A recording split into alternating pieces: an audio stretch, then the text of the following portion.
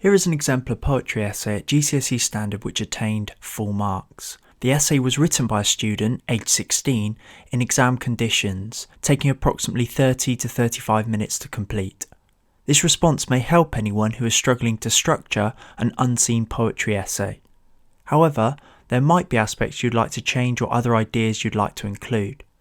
The exam question was, how do you think the speaker feels about the child and his experience of learning to read?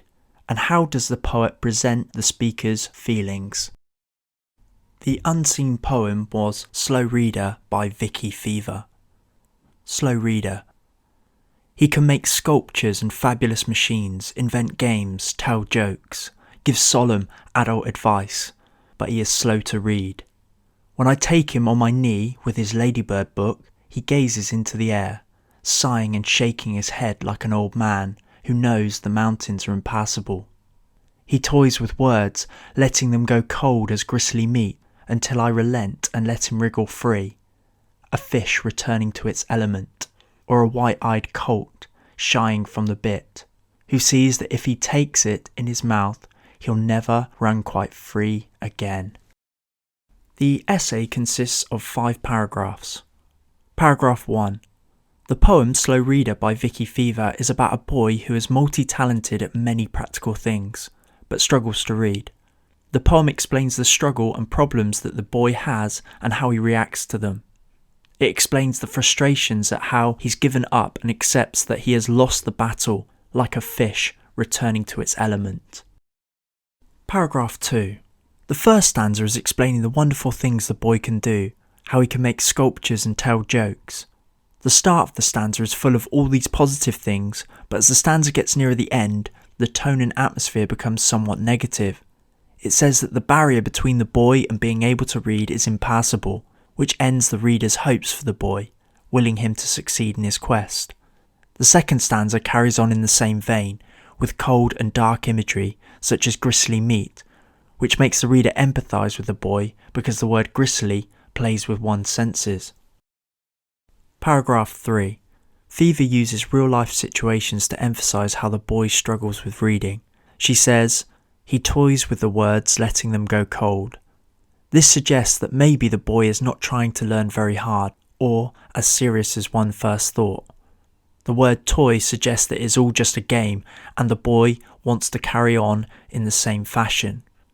The word cold could be interpreted as if there is no joy for the boy when he is reading.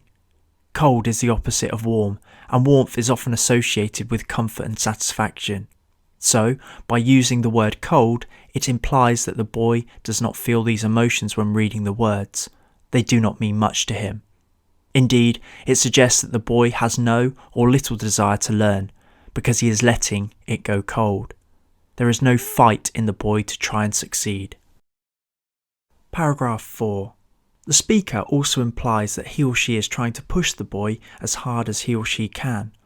The poem states, until I relent and let him wriggle free. This shows the determination of the speaker to succeed in his or her mission to help the boy learn to read, but sometimes it is to no avail. The speaker tries and tries to push the boy to the limit, but sometimes has to let the boy wriggle free. The reader can empathise with the speaker because they feel his dismay and frustration at the boy's lack of will and desire.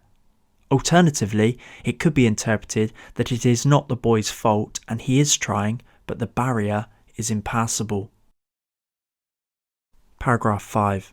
In conclusion, Fever is trying to get across the message that some people do struggle with reading.